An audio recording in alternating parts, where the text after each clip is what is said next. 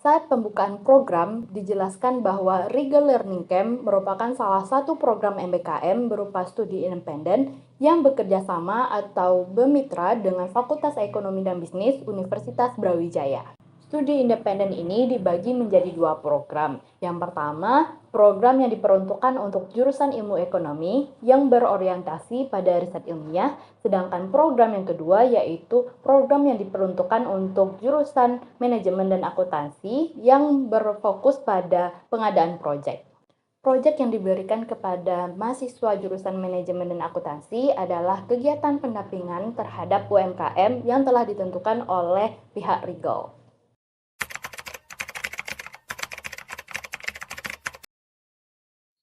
Dalam studi independen Regal ini, kita ada 3 tahapan kegiatan. Yang pertama, kita melakukan learning yang dilakukan selama 5 kali pertemuan dengan mentor akuntansi dan mentor manajemen.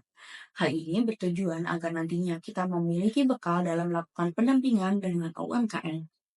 Kemudian kegiatan selanjutnya adalah praktik pendampingan dengan UMKM yang sudah ditentukan oleh tim Regal. Dalam proses pendampingan itu, kami melakukan evaluasi dan melaporkan progres kepada mentor masing-masing kelompok di setiap minggunya.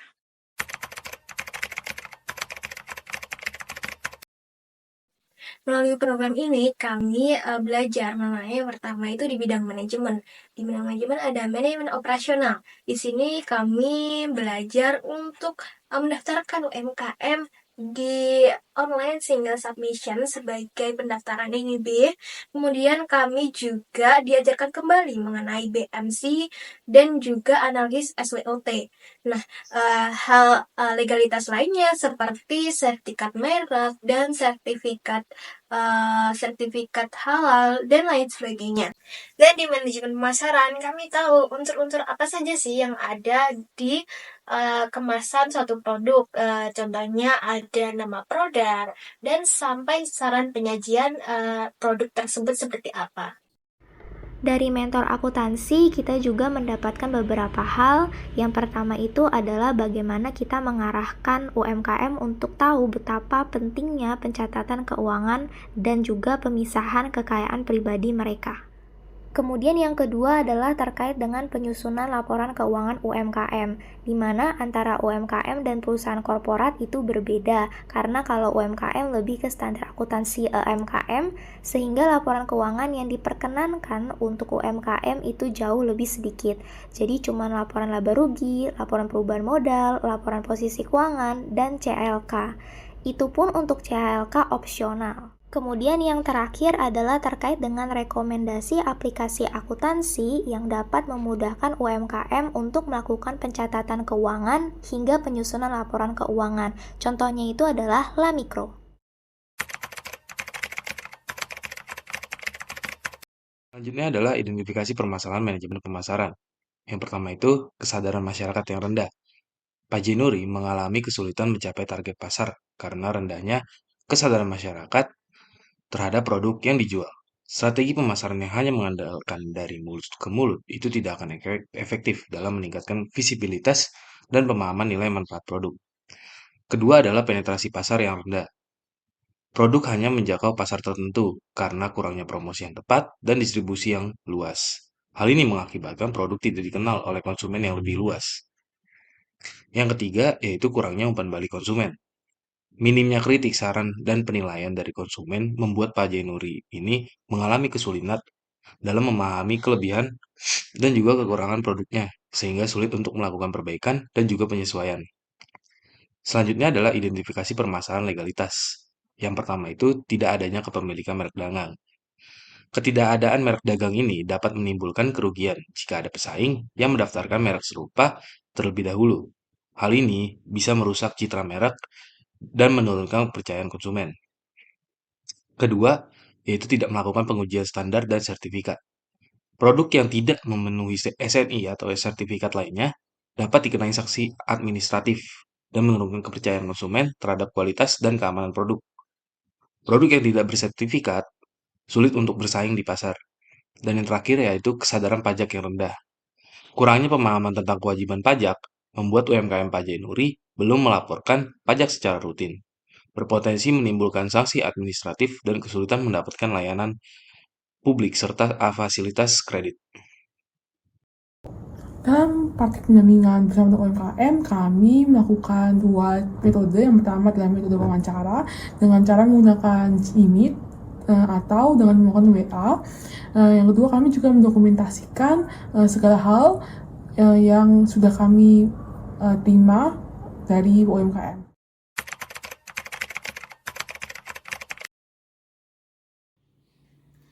Nah, dalam kesempatan kali ini kami ingin berbagi cerita tentang proses pendampingan yang telah kami lakukan untuk mendukung UMKM Samrun milik Bapak Jainuri.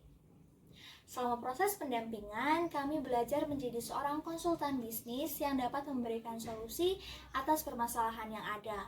Adapun pendampingan ataupun kontribusi yang kami lakukan diantaranya adalah: pertama, dalam permasalahan keuangan, kami menyarankan Pak Jainuri untuk menggunakan aplikasi pencatatan keuangan yang bernama Lamikro. Nah, aplikasi ini bertujuan untuk mempermudah Pak Jainuri dalam mengelola keuangan UMKM dan mempermudah Pak Jainuri untuk mengetahui berapa jumlah atau berapa besar pajak UMKM yang harus dibayarkan. Namun karena satu dan lain hal, Pak Jainuri lebih memilih untuk menggunakan aplikasi lain, yaitu Microsoft Excel. Oleh karena itu, kami memberikan template atau model pencatatan keuangan yang sederhana menggunakan Microsoft Excel, yang terdiri atas bentuk rekapan harian dan berbagai laporan keuangan, contohnya laporan laba rugi, laporan perubahan modal, dan laporan arus kas. Tidak hanya itu, kami juga memberikan model atau template pencatatan keuangan yang kompleks yang sesuai dengan kaidah akuntansi. Pendampingan ini kami kemas dalam kegiatan berupa sosialisasi pentingnya pencatatan keuangan bagi UMKM yang terbagi atas 2 sesi. Sesi pertama berkaitan dengan teorinya dan sesi kedua adalah berkaitan dengan penjelasan template beserta contoh studi kasusnya. Kedua, bidang pemasaran, kami memberikan kontribusi dengan memanfaatkan teknologi yang ada saat ini, yaitu TikTok. Nah, di TikTok ini kami membantu Pak Jainuri membuatkan akun media sosial khusus untuk UMKM Samrun yang di dalamnya terdapat berbagai konten atau berbagai video yang sudah kami buat selama ini. Nah, video-video tersebut diantaranya adalah company profile UMKM Samrun, yang kedua adalah konten edukasi perbedaan pupuk kompos kokopit dengan pupuk kimia, dan konten edukasi mengenai perbedaan pot serabut kelapa dengan pot plastik. Nah, tidak hanya sebagai media pemasaran saja TikToknya, tapi juga bisa menjadi media jual beli karena kami mencantumkan keranjang kuning agar produk-produk yang kami sajikan di dalam TikTok dapat dilihat oleh para pelanggan atau para konsumen. Selanjutnya, dalam segi operasional UMKM, kami menawarkan solusi untuk pembuatan produk baru, yaitu briket. Kami memberikan kontribusi dengan membantu membuatkan bisnis model canvas atau yang kita kenal dengan BMC dan marketing framework untuk produk baru ini, yaitu produk briket. Tidak hanya itu, kami melihat dari hasil identifikasi kami atas UMKM Samrun dan melihat keseharian Bapak Jainuri yang berfokus pada kegiatan sosial, kami mengarahkan Bapak Jainuri untuk membawa UMKM Samrun ke arah usaha sosial. Pendampingan ini kami lakukan dengan melaksanakan kegiatan sosialisasi kewirausahaan sosial yang menjelaskan: pertama, definisi atau pengertian dari usaha sosial, bagaimana model bisnis usaha sosial, selanjutnya strategi pemasaran usaha sosial, hingga cara pengembangan usaha sosial yang berkelanjutan.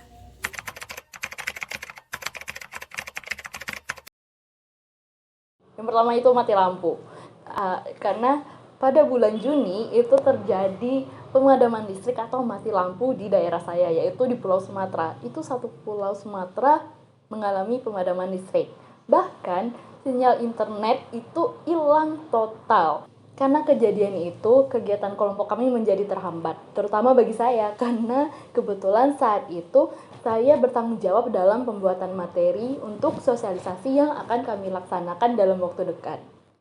Mungkin dari pihak UMKM sendiri, mereka memiliki jadwal yang sungguh padat, sehingga ini menantang kami untuk melakukan pertemuan beberapa kali. Tantangan ya. Jadi kami bertujuh itu punya kegiatan masing-masing. Kadang si A bisa jam segini, kadang si B bisa jam segini. Nah, hal itu juga yang bikin kadang kami itu melakukan pertemuannya itu lebih 2-3 kali. Kami pun pernah mengalami tantangan berupa miskomunikasi. Kami mengalami kesalahpahaman terkait timeline yang sudah kami buat sebelumnya. Rencananya 1 minggu ada 1 kegiatan yang terbagi menjadi 2 sesi. Namun karena kesalahpahaman tersebut, akhirnya kenyataannya berbeda.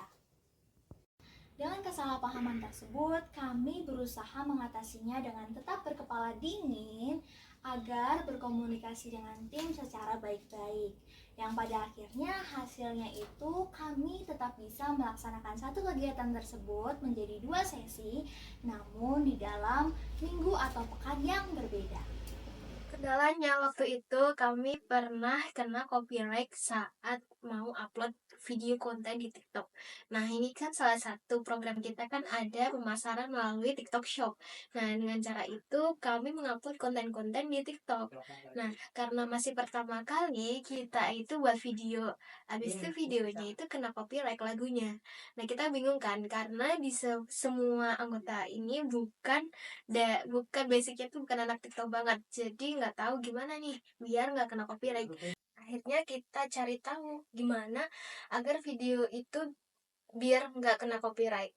Nah, alhasil kita hapus lagu itu sebelum diupload, kemudian kita kasih lagu melalui TikTok tersebut langsung sebelum diupload itu.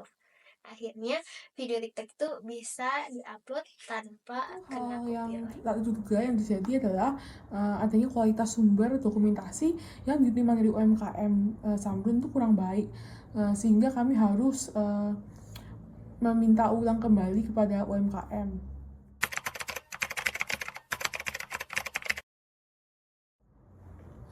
Pengalaman saya dari belajar dari program ini, saya mendapatkan bahwa leadership ini sangat dipentingkan, di mana kami mengambil keputusan sebagai seorang leader.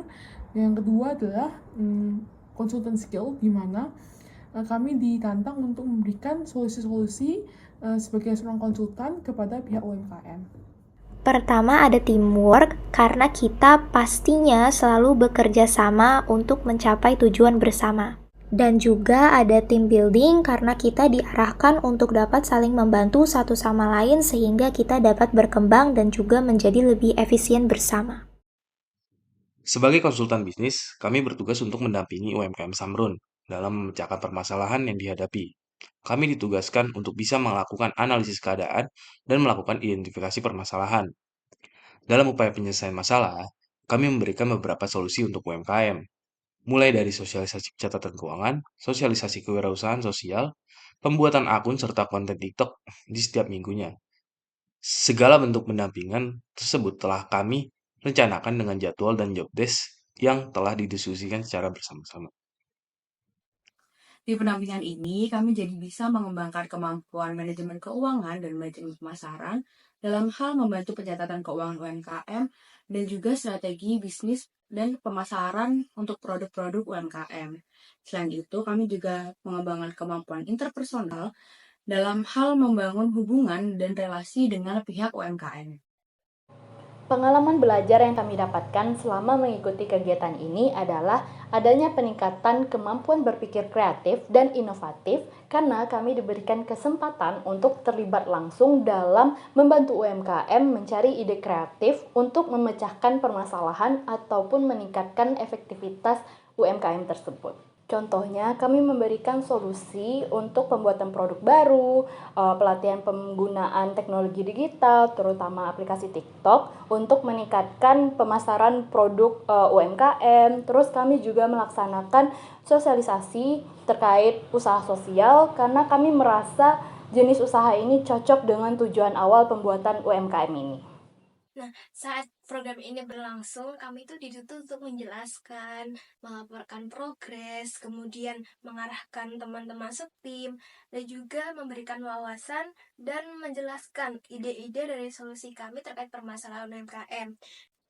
Nah, hal itu membuat kami bisa belajar bagaimana cara berkomunikasi dengan baik dan juga berpublic speaking. Dalam program ini, secara tidak sengaja kami juga mendapatkan pembelajaran mengenai skill editing dan copywriting. Hal ini kami dapatkan ketika kami bisa membantu Pak Januri selaku pemilik UMKM Samrun untuk membantu membuatkan video konten yang akan diupload ke media TikTok UMKM Samrun.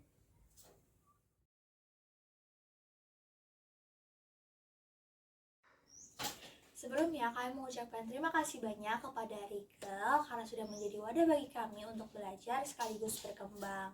Agar program ini lebih baik ke depannya, kami sangat berharap besar kepada tim Rigel, terkhusus admin, untuk dapat meningkatkan responsivitasnya ya.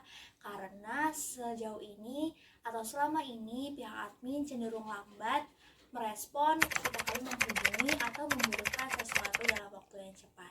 Semangat admin!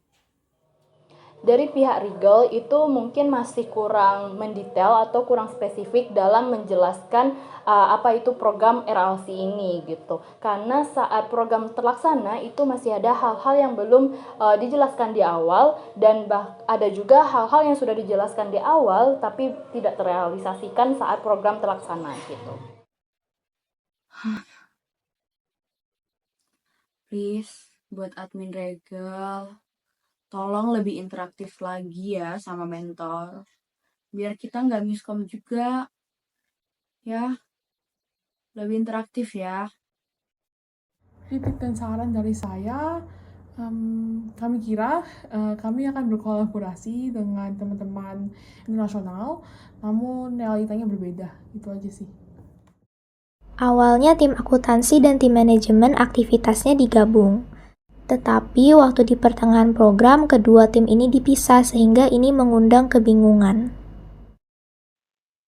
Mungkin untuk kedepannya, program ini bisa menjangkau mahasiswa jurusan akuntansi yang lebih banyak lagi, agar pada saat kelas di setiap minggunya itu tidak hanya satu kelompok saja, melainkan seperti jurusan manajemen yang rame setiap minggunya.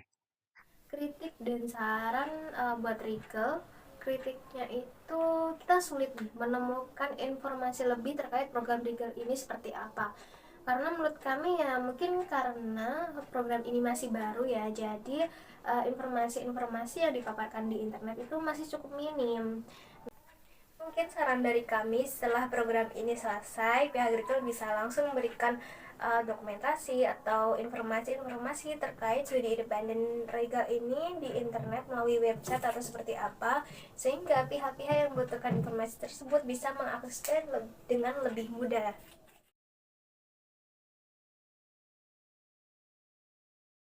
Explore, Menantang!